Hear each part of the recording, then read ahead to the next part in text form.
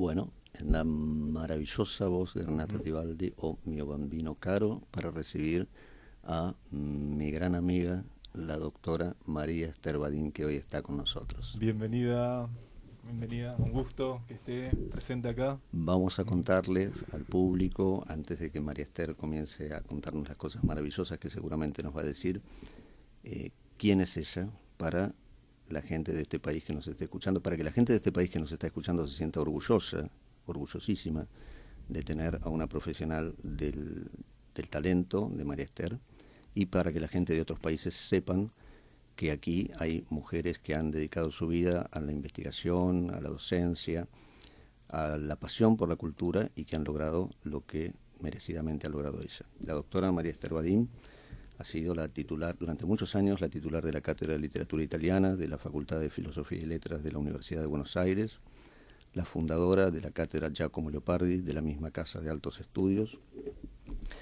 Ha sido presidenta de la Asociación Dante Alighieri de Argentina, el más alto cargo de esa entidad, y ha sido también galardonada con un doctorado honoris causa de la OEA que se le entregó en la Universidad de Milán, en Italia. Hablar de su trayectoria, hablar de su obra, hablar de todo lo que ha producido y todo lo que ha escrito y publicado nos llevaría mucho más que la duración de este programa, pero sería bueno comentarle a la gente que se ha dedicado por muchos años a la investigación en italianística, en literaturas comparadas, estudiando la obra de Dante Alighieri, ha presidido congresos internacionales sobre este autor, particularmente en este año pasado que se cumplieron los 700 años de la muerte del padre de la lengua y de la literatura italiana. Ha hecho estudios también sobre Pirandello, por supuesto sobre Giacomo Leopardi y sobre otros autores italianos contemporáneos. También ha sido investigadora de teatro. Bueno, todas estas cosas nos va a contar María Esther, que está aquí con nosotros. Gracias, María Esther, por venir. Gracias. Un honor.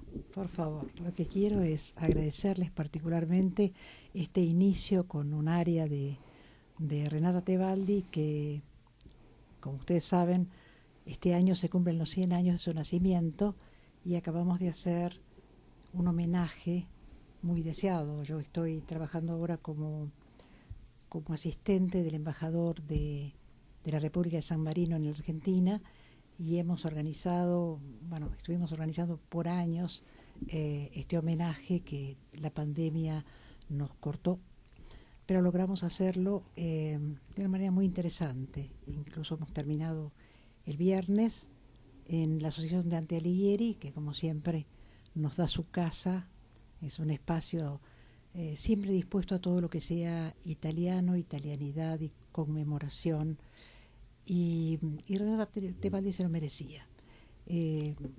Como personaje invitado tuvimos a un crítico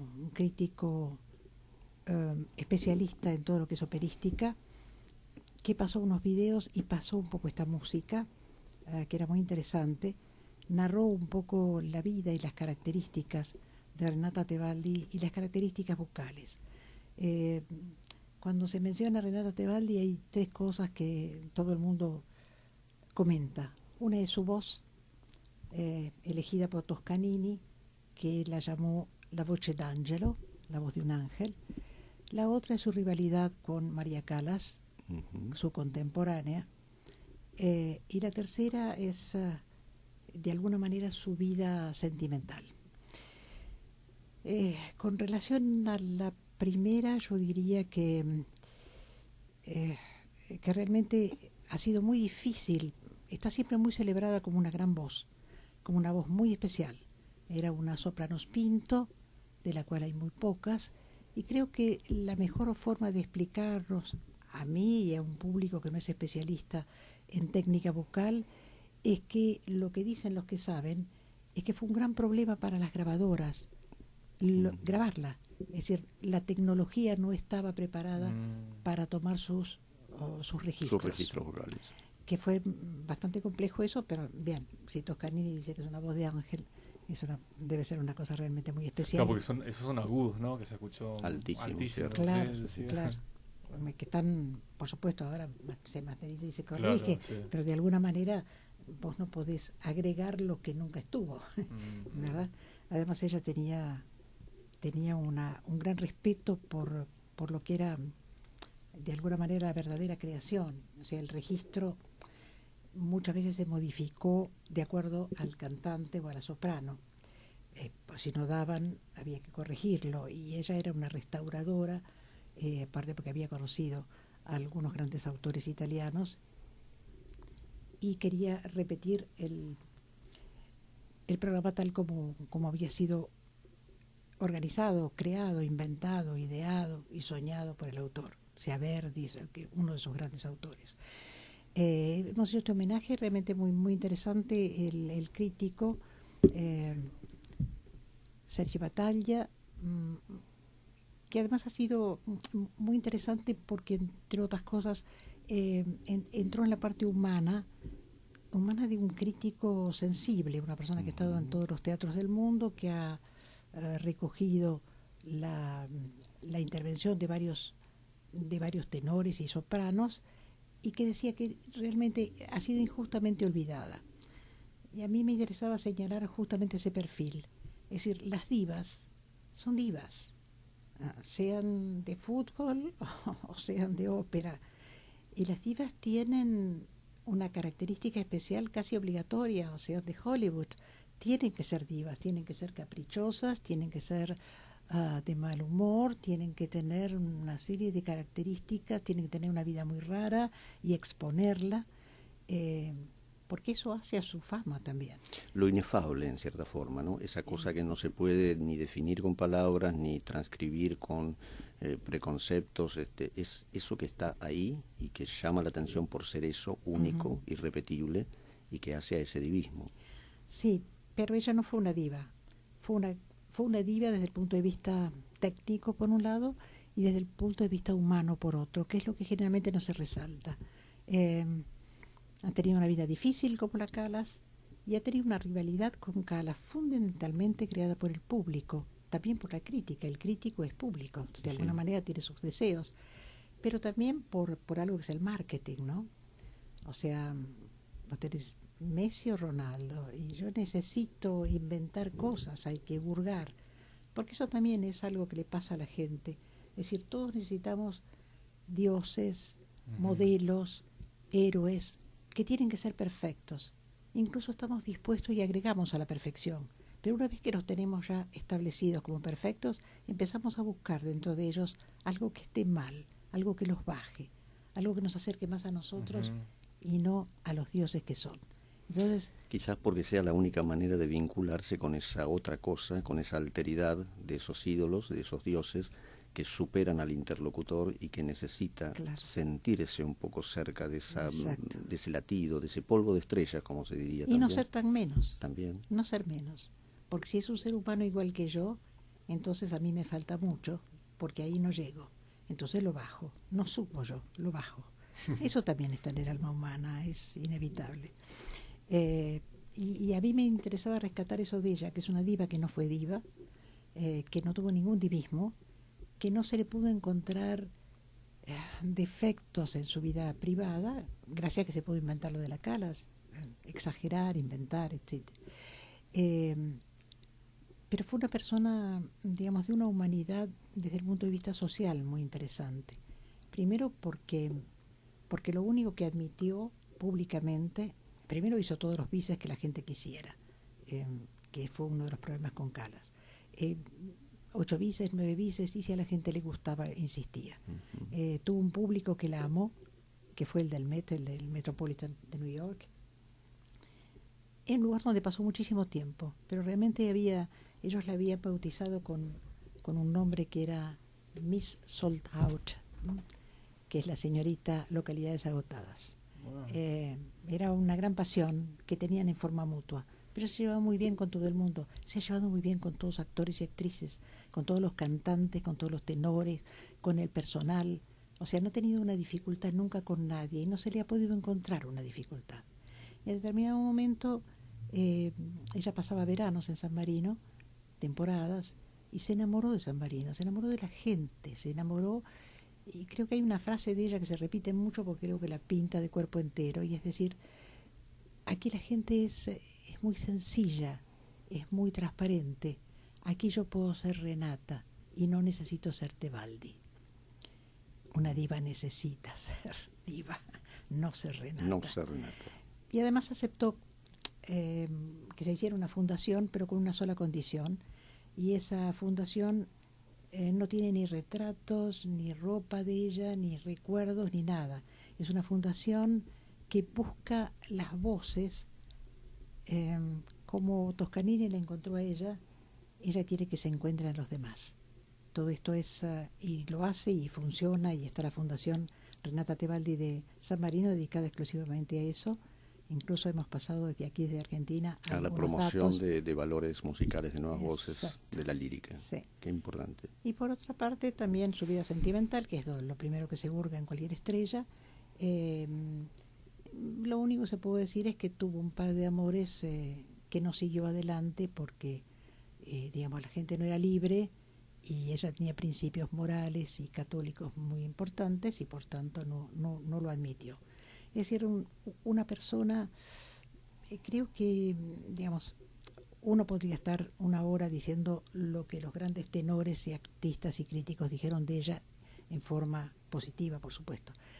Creo que una cosa interesante es Montserrat Caballé, que dijo que ella se dedicó al canto después de haber presenciado un espectáculo de Renata Tebaldi. Y el otro fue Pavarotti. Pavarotti se entera de la muerte de Tebaldi el día anterior a debutar como director de ópera teatral. Estrenaba la Bohème y por supuesto le dedica ese estreno, pero además le dedica unas palabras muy lindas, muy sentidas, pero se lo habla a ella. Fuiste una reina, fuiste esto, hiciste tal cosa. Y le dije, fuiste una reina, fuiste una diva, te luciste en todo, fuiste una diva, fuiste una señora. Y creo que de pocas actrices y cantantes se puede decir con tanta limpieza y tanta corrección eso. Fue una señora. Y que lo diga Pavarotti, además, ¿no? Claro, O sea, claro. No poca cosa. Sí, sí.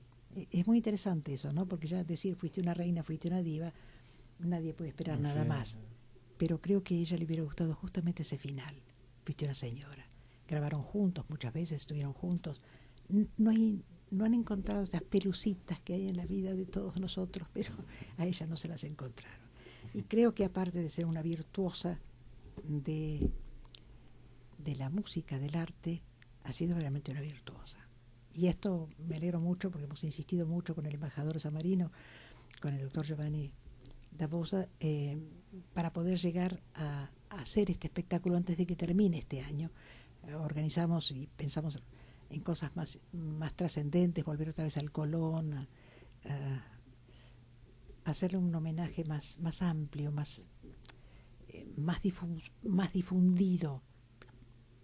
Pero bueno, este es el año. Este año se cumplen los 100 años del nacimiento y por lo menos está dedicado a ella. Esto lo hemos logrado, sí.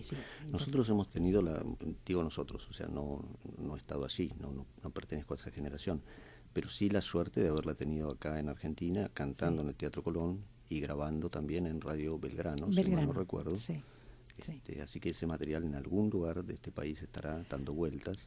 Sí, hay muy poco de ese material, lo confieso. O sea, el Colón tenía, y eso es lo que nos interesaba muchísimo. Incluso hubiéramos querido hacer un video para recuperar y mandarlo a las fundaciones Tebaldi y a las óperas del mundo, con el material que el Colón tiene, porque el Colón grabó tanto Aida como Tosca, que son las obras que ella hizo aquí, y después tuvo intervenciones en Radio Belgrano. El problema es que lo que tiene el Colón, digamos, queda reservado en el momento que hagamos el trabajo, y de Radio Belgrano no pudimos encontrar nada porque ya no hay nada. No hay material histórico conservado. Sí se puede encontrar vía internet. Muchas grabaciones ha hecho el Colón, grabaciones especiales, solamente con ella, y algunas, digamos, es una unión de otros grandes cantantes. Ella vino un solo año, vino en el 1953. No volvió, se pasó la vida en el Met y en la Scala de Milán. Bueno, por supuesto también estuvo en la Ópera Garnier, París, que queríamos también hacer esa liaison de las 3 o 4 óperas, incluir por supuesto al Colón entre las óperas del mundo que han hecho grandes homenajes, ¿no? No solo el Met. No sé, Giuliani, en vida de ella ya, esta señorita, Localidades Agotadas, había hecho un Tebaldi's Day, que en realidad duró una semana. Sí, New York fue, también estuvo en California, pero bueno, New York fue su teatro, su público. Fue un poco su hogar, digamos, Sí, el lugar donde ella se afincó y donde se sintió feliz. Sí, a pesar de que, bien, su hogar finalmente y donde murió fue en San Marino. Pasó no solo los veranos, pues dijo, quiero vivir acá con esta gente, en este tipo de espacio extraordinario desde el punto de vista humano, y ahí murió. Qué bueno que digas San Marino y qué bueno que podamos hacer un hincapié en este particular punto del universo, que no es cualquier lugar, la República de San Marino, convengamos. Vos como representante o como asistente de quien representa la cultura y al país en sí, políticamente, pero también lo que ese país significa como legado, como historia, tenés muy claro, y sería bueno recordárselo a la gente o instruir a aquellos que no lo sepan, que la República de San Marino es un país particularísimo, es la democracia más antigua del mundo. Sí. Es la república. Extrañamente es una república del año 300. Extrañamente es una república que tiene más de 700 años de democracia ininterrumpida. Sí, además es maravilloso en la parte de historia porque piensan que es un enclave que está rodeado, es muy pequeña, como todos estos principados, muy pequeña, que está rodeada por Italia y que padeció 2 guerras mundiales. Es decir, que no fue destruida por las guerras,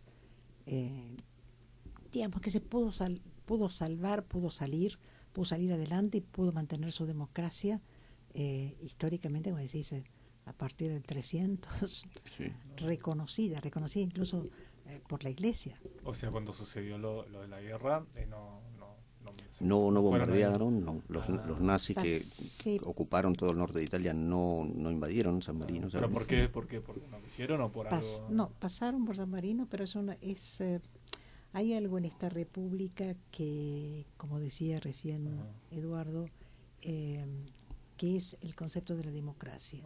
Es decir, no se han dejado vencer. Claro. Vos podés pasar, podés apropiar, pero no apropiarte de la república. Te puedes apropiar por un tiempo limitado de los espacios para tus soldados, para lo que sea, pero no ha sido expropiada, digamos, por nadie. Cosa bastante extraña, ¿no? Ni Napoleón, ni las 2 guerras mundiales, ni y siendo un país tan pequeño, un país que no tiene grandes ejércitos, un país no tiene. Que, o sea, es impensable. Es como decís bien vos, María Esther, o sea, es la mentalidad de la gente, es ese concepto y esa valoración de la libertad y la democracia que ha vencido a todos los reinos, a todos los enemigos y ha perdurado en el tiempo durante... Serenísima, muy serena. Serenísima, pero muy convencida. Muy convencida. Y tenemos una colectividad importante en Argentina. Son muchos los sanmarinenses, no solamente son muchos para pensar en una república tan pequeña, sino que están muy distribuidos por el país, o sea, un muy buen número. Eso lo hemos visto con el embajador, saluda a todas las comunidades. Hay una comunidad muy importante en Jujuy. Por supuesto, uno piensa Mendoza y Córdoba, sería lo lógico, en Pergamino y en otras pequeñas ciudades, pero lo de Jujuy, a mí personalmente, cuando lo descubrí, me llamó la atención, porque es una colectividad bastante extensa. Y qué país tan maravilloso, ¿no? Que tiene vestigios edilicios en su cultura, en su arte en general, pero recuerdo particularmente su arquitectura, donde uno se siente de pronto en la Edad Media. O sea, si uno piensa en San Marino, ve inmediatamente el Monte Titán y ve inmediatamente 3 castillos arriba de ese monte. O sea, yo he tenido esa sensación cuando estaba ahí y es algo inolvidable. Y quizás en cualquier época del año, pero si a uno le toca en invierno, como me ha tocado a mí, y ese monte está cubierto de nieve, es realmente algo impactante. Pasó una cosa simpática, es decir, estuvimos en la embajada de Alemania saludando al embajador hace unos días, y cuando nos recibe en la puerta uno de los secretarios, así con la lista de los invitados, nos pregunta, y el embajador le dice: soy el embajador Giovanni Mario Davosa, embajador de San Marino. Ay, San Marino, yo estuve, le dice el muchacho, abrirle la puerta. Es muy lindo su país, lo felicito, ¿no? Una cosa muy simpática. Es decir, tampoco uno se esperaba que mucha gente conociera o hubiera estado por San Marino, no es lo tradicional. Es verdad, es verdad. O sea, claro, eso iba a preguntar. Bueno, tiene obviamente turismo, y cuánta gente va así. Tiene un evento muy importante, que es un Grand Prix de automovilismo. Sí. Y eso genera, digamos, una atracción de turismo internacional muy importante. Pero más allá de eso, digamos, más allá de su historia, o sea, es un país realmente pequeño, sí. muy, muy pequeño. Sí, creo que es uno de los más pequeños dentro de las... Pero tiene... yo no recuerdo la cantidad de kilómetros cuadrados que tiene, no quisiera equivocarme al decir una cosa que no es, pero debe ser, bueno, un poquito más grande que la Ciudad del Vaticano, no mucho más que eso. Sí, exactamente. Sí. Pero tiene aeropuerto, ¿no? Así como... No. No, para llegar a San Marino, indudablemente primero hay que llegar a Italia, y desde Italia trasladarse por vía terrestre o por tren hasta la República de San Marino. Exacto. Sí. Bueno, el año que viene, si Dios quiere, y el embajador está trabajando en eso, en la feria de turismo que se va a hacer aquí en Argentina, que es bastante importante, digo, que es importantísima, estamos viendo de tener un stand y poder hacer un intercambio, ¿no? Es decir, mostrar, además nuestras colectividades en la Argentina le pueden mostrar a San Marino esta belleza que nosotros podemos compartir, ¿no? Desde Jujuy, sobre todo, Mendoza, Córdoba, el campo, Pergamino, etcétera. Digamos, podemos mostrar un poco una solidaridad que nos permita hacer un intercambio. Eso sería realmente muy importante. También en eso estamos ocupados. Las cosas son bastante exquisitas, las cosas que se hacen en San Marino, justamente cuando es chico se concentra, por ejemplo, todo lo que es filatelia. Es una de las grandes especialidades. Es verdad. Sí. Es verdad. Sí. Acabas de decir una cosa que me trae un recuerdo de mi infancia. O sea, siempre sí, la colección de estampillas. O sea, las nuevas generaciones que se manejan por internet y que quizás no recuerden o tengan visto de una forma en la ficción o en, no sé, en el cine, en la televisión. Antiguamente la gente, para comunicarse, escribía sobre papel, o sea, había un registro material concreto, y enviaba eso por correo. Las cartas que estaban timbradas, o sea, tenían estampillas y sellos de cada uno. Bueno, cuando yo era chico, en mi familia siempre se usaba eso antes que aparezca el celular. O sea, exactamente. Sí. Pero no sabía que se llamaba así, filatelia. Filatelia, sí. Ese es el estudio, y además toda la parte tipográfica de la filatelia que tiene San Marino es exquisita, al punto que trabaja para otros países y para centenares de eventos.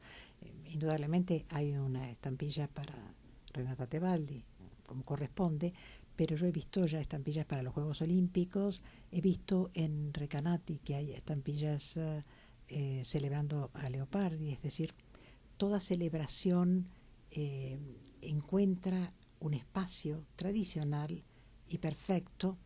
Serían un poco los iluministas de los copistas medievales, ¿no? Los iluminadores, que son realmente exquisitos. Pero la filatelia es un elemento muy importante dentro de la comunidad de San Marino, dentro del arte de San Marino. Sí, y un arte con sus particularidades, o sea, concentra lo que es plástico, lo que es pictórico, pero también lo que es el diseño. Exacto.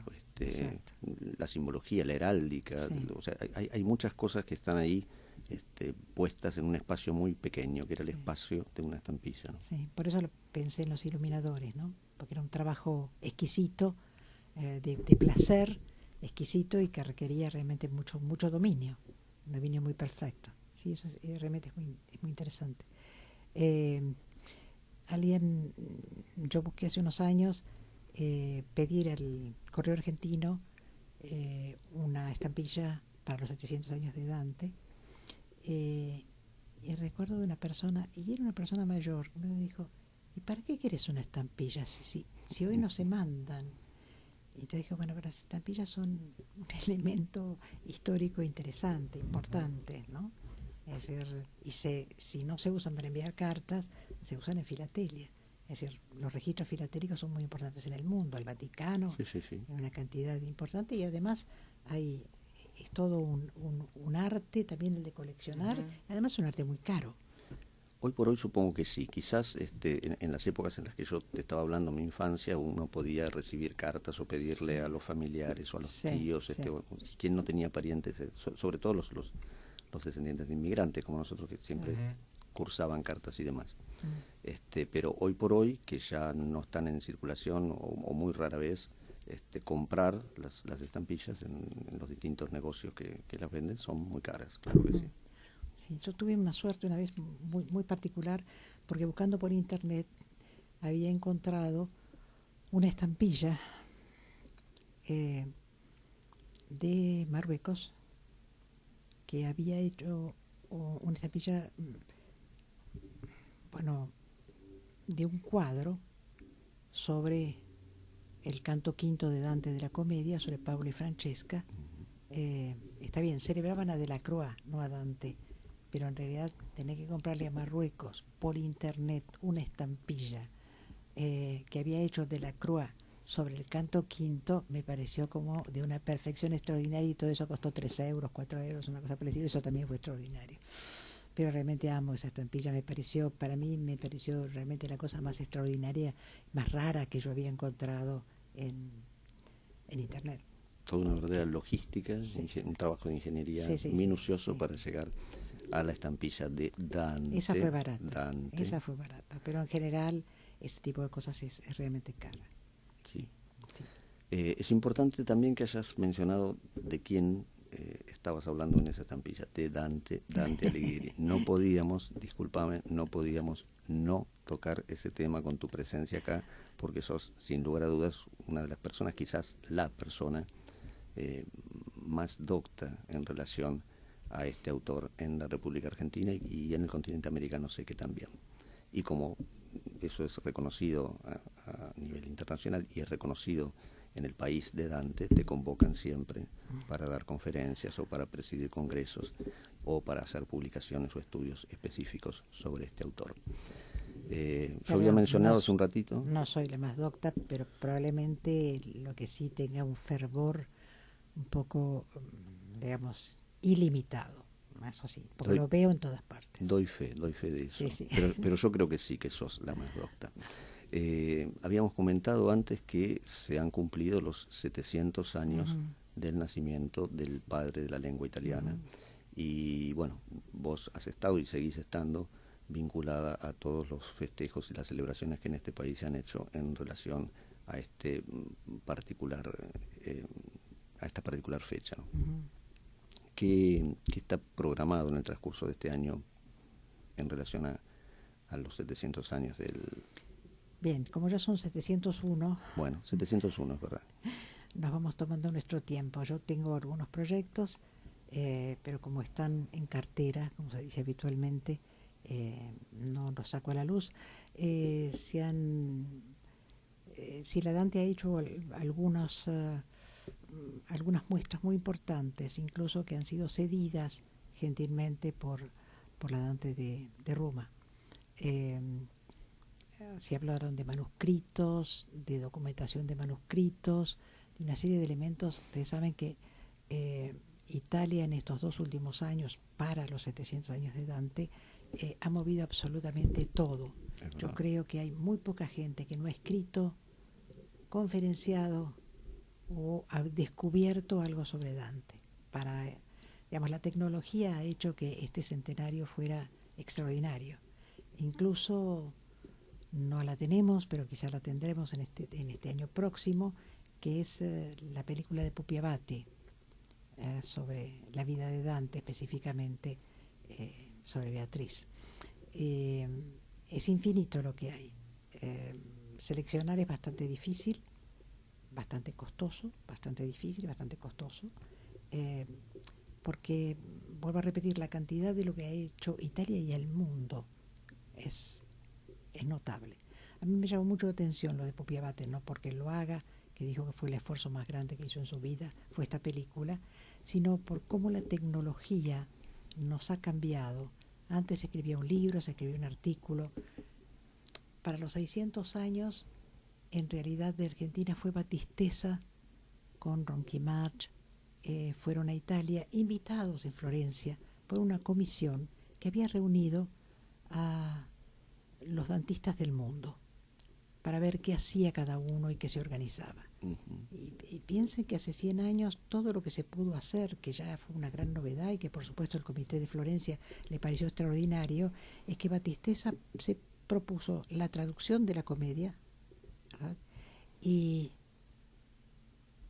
el presidente de la Dante en ese momento abrir un instituto, abrir una biblioteca dentro de la facultad, Barone, y crear una serie de pequeños libros.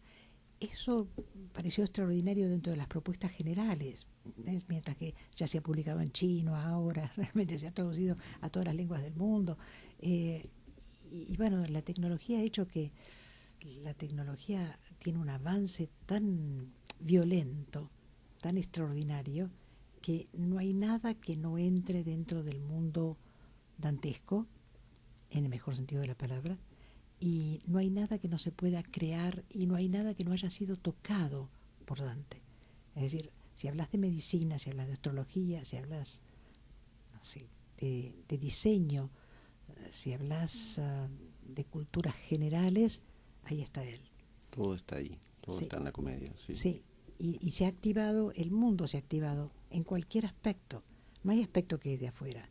Mientras que por mucho tiempo se pensó que esto era literario, por supuesto que incluía toda una serie de materias culturales, pero que era fundamentalmente literario, la lengua, los conflictos privados me refiero a güelfos y gibelinos, como que era una cosa zonal, como que era una cosa de una época, de alguna manera. Y hoy mirás la comedia y es un inevitable, para mí es absolutamente inevitable, pero bueno, pero es muy bueno ver que el mundo en cualquier parte realmente lo necesita. Harold Bloom, que era ese grandísimo crítico norteamericano, y como buen norteamericano amaba a Shakespeare, logró decir en algunos momentos cosas increíbles, como por ejemplo, Shakespeare puede tener seguidores e imitadores, Dante no.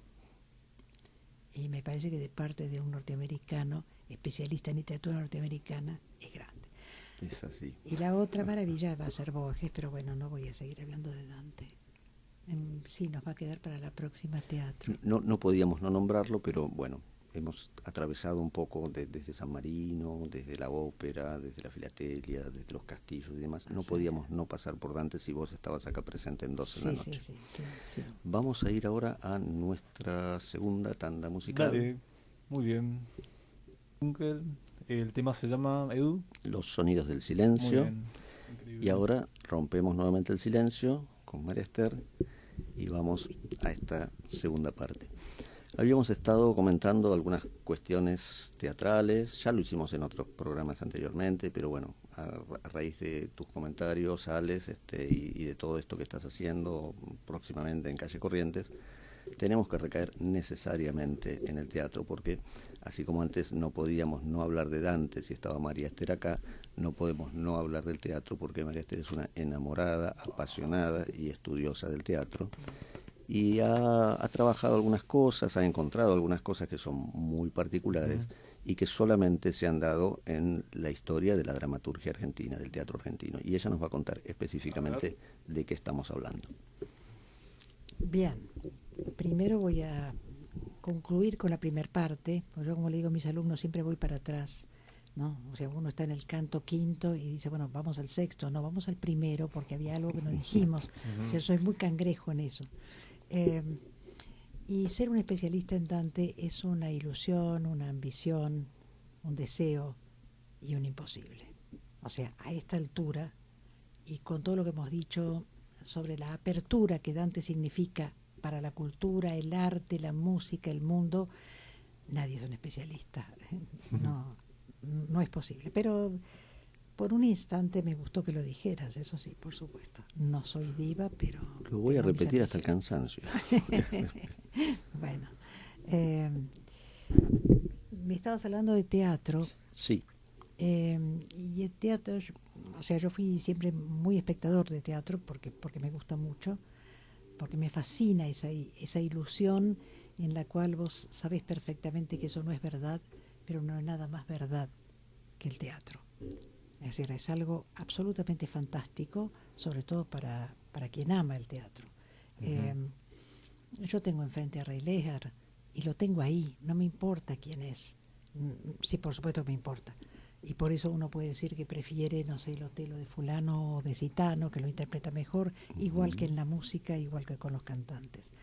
Pero esta pasión hizo que hace muchísimos años, y deben ser más de 30, ya no recuerdo exactamente, creo que sí, fui convocada en la facultad por Osvaldo Pelletieri, que trabajaba en teatro, que era un crítico teatral, era un director de teatro también, y que quiso crear un grupo que se llama GETEA, el Grupo de Estudios de Teatro Argentino Hispanoamericano, y me pidió que integrara con él este complejo. Y yo dije, pero yo no estoy como capacitada. Algún tema que te interese. Digo, pero yo estoy en italiana, y hace 30 años mucho más. Y entonces se me ocurrió que una cosa que podría hacer era el referente italiano en el teatro argentino. Esto se da en varios aspectos. Lo puedes hacer en forma histórica, y en forma histórica no podés hablar de la historia del teatro argentino, aún desde los primeros espacios, sin hablar de los italianos. Siempre están en el medio. Además han creado las escuelas de decorado, de vestuario, ya no se venían los barcos con todas las cosas que tenían que traer, sino que hicieron la escuela y estaba acá. Pero aparte de eso, lo que más me interesó es el estudio que me surgió, un estudio del estudio, el estudio de los sainetes. Si hablas de referente italiano, tenés que hablar de los sainetes. Pero parecía todo ya dicho, parecía todo ya muy claro, muy evidente, muy lógico, ya está. Y de alguna manera a mí se me apareció, como diría Dante, se me apareció de una manera muy diferente. Y esa manera diferente es que en los sainetes la cabeza, el pater familias, es decir, el protagonista es un pater familias y es italiano. Vos podés decir que la mitad de la población era italiana, la mitad era española, pero no hay un español pater familias. Hay siempre una cabeza que desde la mayor tragedia a la menor tragedia, a lo más ironizado, a lo menos ironizado, siempre es italiano. Y eso fue lo que me llevó a investigar. ¿Por qué un italiano y no otro? Bien, uno puede decir, lo que pasa es que los que escribían los sainetes estaban en Buenos Aires, estaban en Argentina, pero fundamentalmente en Buenos Aires. También eso me interesó, porque no se escriben sainetes ni en Mendoza, ni en Córdoba, ni en Mar del Plata, que también estaba lleno de italianos. Y los escritores de sainete, hijos o nietos o no, algunos no, han escrito obras solamente en Buenos Aires. Es como si solamente la boca del puerto los inspirara. Este hecho, ya eso solo requería un estudio y un porqué, porque las obras sí se daban en el resto del país, pero no se producían. A nadie se le ocurría algo tan sencillo como eso, y no se reproducían. Por supuesto que hay una serie de sainetes donde está la inmigración, están los rusos, los judíos, los polacos, por supuesto está integrado, pero hay un gran tema social incluso de explotación de unos con otros, hay un tema social de demostración de una viveza criolla que ya se daba también en los extranjeros con los propios extranjeros. Y Y una de las cosas más interesantes, vuelvo a repetir, que fue para mí la gran novedad, es que quien presidiera la familia, la obra en general, era este italiano de cualquier parte de Italia, con cualquier característica, que siempre era italiano. ¿Por qué? La otra mitad de la Argentina era española. Una cuarta parte era de otros espacios del mundo. Nunca tuvimos otro. Nunca hubo alguien que no fuera italiano. Qué particular, ¿no? Qué notable que este paterfamilias, como decís vos, o sea, que este patriarca. Exacto. El padre sería, ¿no? Sí. Sí, es siempre italiano. Es italiano. El problema es por qué. O sea, lo he buscado psicológicamente. No hay nadie que haya trabajado el tema.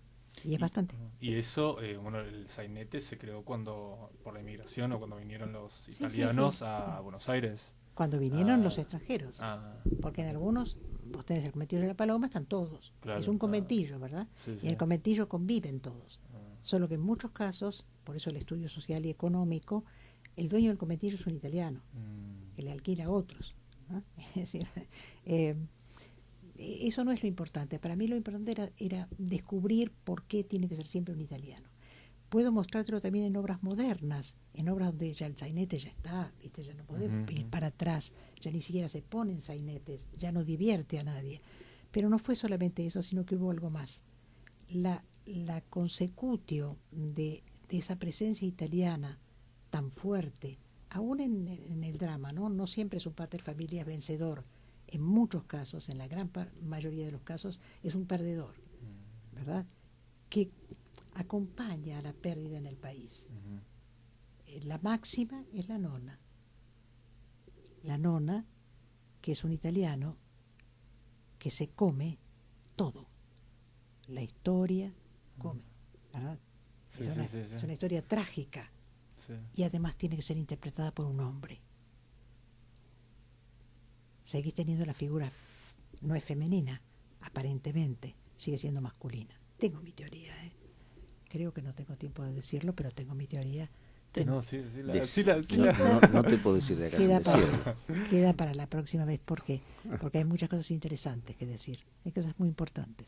Incluso Pacheco, que es un uruguayo, y Pacheco no es específicamente un apellido italiano, escribe una obra magnífica, que extrañamente pues, lo hace, creo que la estrena el 16, tiene mucho que ver con la obra de Pirandello, con algunas de las cosas que sostiene Pirandello, que yo me imagino que Pacheco ni en Uruguay ni en Buenos Aires, en la época en que Pirandello está traduciendo a Freud, no creo que la haya podido ni ver ni saber ni nada, y sin embargo habla de las máscaras, por supuesto con un italiano, que es el que está enmascarado, lo digo entre comillas, porque hay que explicar qué significa máscara para Pirandello, y qué bien que lo toma Pacheco, y hace una obra realmente extraordinaria. Los disfrazados es una obra de un nivel intelectual, social, poético, notable. Es decir, uno tiene que salir del estándar común del inquilinato, de las peleas, que en el fondo esas peleas de inquilinatos, uno con otro, una mujer con otra, un novio con otro novio, una novia con otra novia, en el fondo estaríamos con la comedia del arte. Digamos, en el choque de generaciones y en el choque de parejas. Sea como fuere, tanto en estas manifestaciones del teatro, del sainete, de la producción teatral con un público referencial inmigratorio, o no, o del teatro clásico, o de autores posteriores, o sea, no se puede escapar, a mi entender, humilde, no se puede escapar de la italianidad, en un sentido más profundo, en un sentido más metafísico, y no solamente en cuanto a la temática y no solamente en cuanto a los autores, sino también en cuanto a la realización de toda la parafernalia del teatro, como decías vos, o sea, de la escenografía, del vestuario, de los telones, o sea, es impensable realmente, y en eso nosotros en Argentina, en Buenos Aires en particular, somos afortunadísimos de haber tenido esos legados, esas escuelas, esa gente que dejó tanta cosa maravillosa que después fructificó en lo que vemos hoy por hoy, ¿no? Como una ciudad que tiene la mayor oferta teatral del mundo. Sí, sí. Sobre todo en lo que concierne a espacios gratuitos o muy asequibles. Eso no pasa en ninguna parte. Es verdad, no pasa. No puedes estar en París y tener 10.000 espectáculos, pero son caros, son muy caros. No son para todo el mundo, no solo para un turista que tiene que hacer la conversión del peso, pero bueno. Pero el otro elemento que yo te comentaba antes sobre este tipo de teatro es que el sainete, que contiene a la inmigración y que tiene como personaje principal en cualquiera de sus grados al italiano, no se dio en ninguna parte del mundo.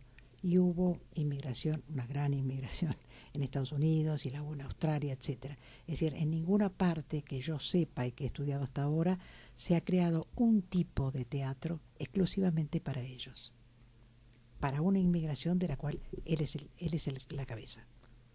Eso es muy extraño. Qué interesante. Tengo mi teoría. Nos las vas a contar seguramente en el próximo programa al que vas a venir, sí, porque te queremos tener acá muy a menudo. Una horita más necesito para eso, pero porque realmente es muy interesante. Desde el punto de vista psicológico, te diría sociológico, fundamentalmente sociológico, porque la nona es la culminación, ¿verdad? Y la nona es este híbrido que no es un hombre, pero que se convierte en cabeza, no siendo la cabeza de la familia, ni mucho menos, se convierte en esta devoradora que acaba con todo. Bueno, destructiva, pero bueno. A tener en cuenta esta maravilla que nos ha traído María Esther esta noche acá, no solo con su presencia y todas las cosas que nos ha contado y el trabajo muy bueno que está haciendo para la difusión de la cultura de San Marino y de la italianística ya desde hace muchísimas décadas, sino hallazgo teatral. Así es. Nosotros tenemos que irnos, antes de irnos, Alex nos va